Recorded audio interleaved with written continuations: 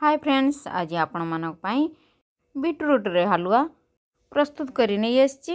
हागी आपण मानक पई easy healthy and tasty recipe.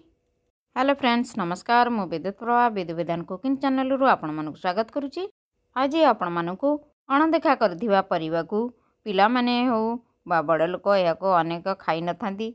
हां फ्रेंड्स, से आउ के नुए सी हमर हैला बीटरूट आकु सलाड हो बा तरकारी बा मिठा सबुथ आम प्रस्तुत करी खाई परिबा। जहाँकि मुझे आपण मानक पई नहीं आछि।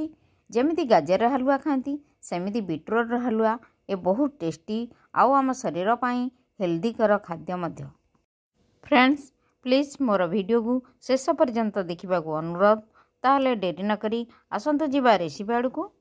रेसिपी रे आमे कौन सब इनग्रेडिएंट नहीं ता प्रथमे जानी नेबा। फ्रेंड्स, एठारे आमे प्रथमे 2टा बीटरूट को भल भाव धोई परिष्कार करी नेबा।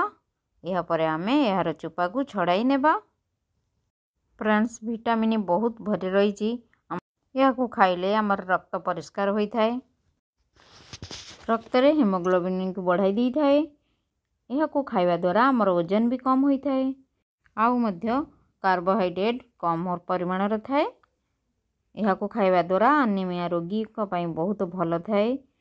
कारण रोगीर रक्तहीनता समस्या थिले यह को खाइबा द्वारा आम शरीर रक्त परिमाण बढ़ी जाई थाए, जहाँफल कि अनिमिया रोगी भल होई थाए यह को खाइबा द्वारा।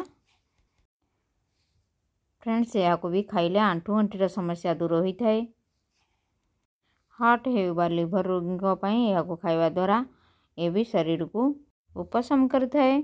फ्रेंड्स, एबे आमे बीटरूट चोपा छड़े नेले एबे आमे यह को ग्रेटेड करनेबा बा कोरी नेबा कोरणी रे।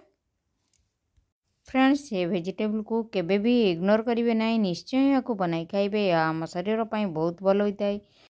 यह को कंचा न खाइले मध्य यह को कटलेट करी खाइले बहुत भल लगी थाए। आपको जेमिति भी करी खाइले बहुत भल लगी थाए।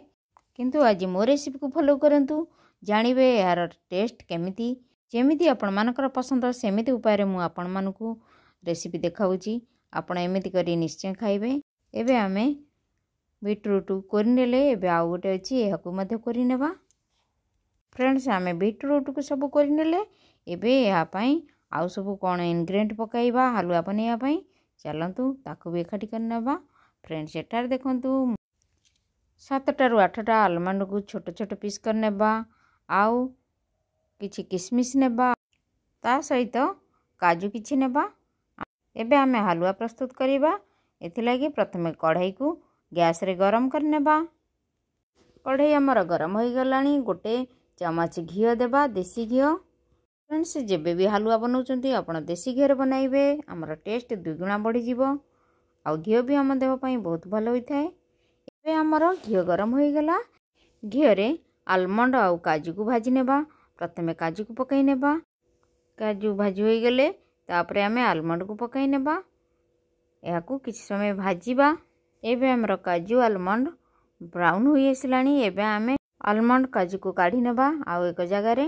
या परे आमे फ्रेंड्स, हमर हलवा रे काजू किशमिश आलमंड मेन इनग्रेडिएंट यह को पकाइले हमर आउर स्वादिष्ट लगते हलवा। टेस्ट भी दुगुणा बढ़ाई दी थाए। तेणुक यह को पकईबा निहाती जरूरी। एबे आमे किशमिश को पकाई फ्राई करनेबा। ये फ्राई हो गले या को काढ़नेबा। फ्रेंड्स, ड्राई फ्रूट हलवा रे पकाइले बहुत टेस्ट होई थाए।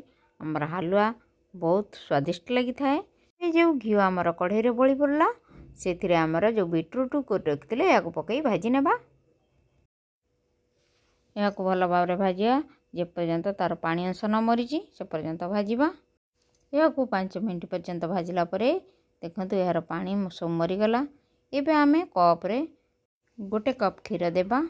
देखंतु क्षीरर क्वांटिटी कमिला भली लागुची, सिझिबा को टाइम लागिवो, सिझी परिबो नै। तेणु करी आउ गोटे कप क्षीर देबा आमे। फ्रेंड्स, मु एठारे 2टा बड़ कप क्षीर देइची। आपण चाहिले अधिका देई परिबे, किंतु 2 कप रु कम देले हमर हलवा भल से सिझिबो नै आ हलवा भी हमर भल लागिबो नै। एठारे हमर हलवार क्वांटिटी हिसाब रे 2 कप क्षीर निहाती आवश्यक। एबे आमे 2 कप क्षीर पकाई नेले।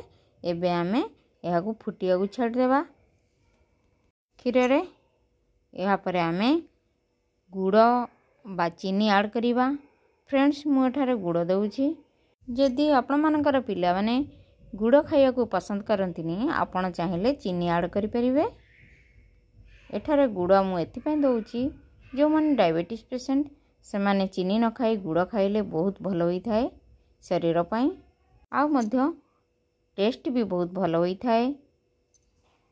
एबे आमे फ्लेवर पई किछि गुजराती गुंड पकाई नेबा। ए बहुत खुशबू आसी थाए खाइबाकू मध्य स्वादिष्ट लागि थाए। एबे आमे याकू पकाई चलाइबा। देखंतु हमर क्षीर आउ बीटरूट जे पर्यंत भल भाबरे कुक न होईछि से पर्यंत अपेक्षा करिबा। एबे देखंतु पानी सब मरी आसिलाणी। एबे आमे काजू किशमिश आलमंड को भाजी रखिथिले पकाई नेबा सब। एबे पकाई भल भाबरे आउ किछि समय कुक करिबा बा रांधिबा। एबे हमर बीटरूट क्षीर रे भल भाबरे सिझी मरी आसिलाणी। एबे हमर प्रस्तुत होई गेला बीटरूट हलवा। एबे देखंतु क्षीर अंश आउरी भी अछि। एबे आमे मझिरे चेक करिबा। देखंतु एबे हमर आउरी भी बाहरुची क्षीर। एबे आमे या सब ड्राई हिला पर्यंत कुक करिबा। फ्रेंड्स साधारणतः पिला माने या खाइया को भल पाई न थांती। आपण एमिति थरे बनाई दियंतु देखिबे से केते सुंदर भाबरे खाइबे। जानी भी परिबेनी ये बीटरूट रो हलवा होईची बोली।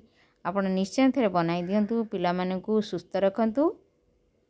एबे देखंतु हमर हलवा होई आसिलाणी गरमा गरम। चलंतु आउ एक प्लेट रे परिसि नेबा। फ्रेंड्स आजिर बीटरूट हलवा रेसिपी केमति लागिला आशा करे आपण मानकू भल लागिथिबो। ताहले कमेंट रे जणाइबे। आउ मोर वीडियो को लाइक शेयर करिया जमार भूलिबे नहीं। शेष रे मोर चैनल को सब्सक्राइब करिवे। साइड रे बेल आइकन को प्रेस कर देबे जेमिति मोर नुआ नुआ वीडियो अपलोड हबो आपण मानकू तुरंत नोटिफिकेशन मिल परिबो। ताहले आज पई एतिकी पुणी आसीबे आउ एक नुआ रेसिपी नहीं। Bye see you again.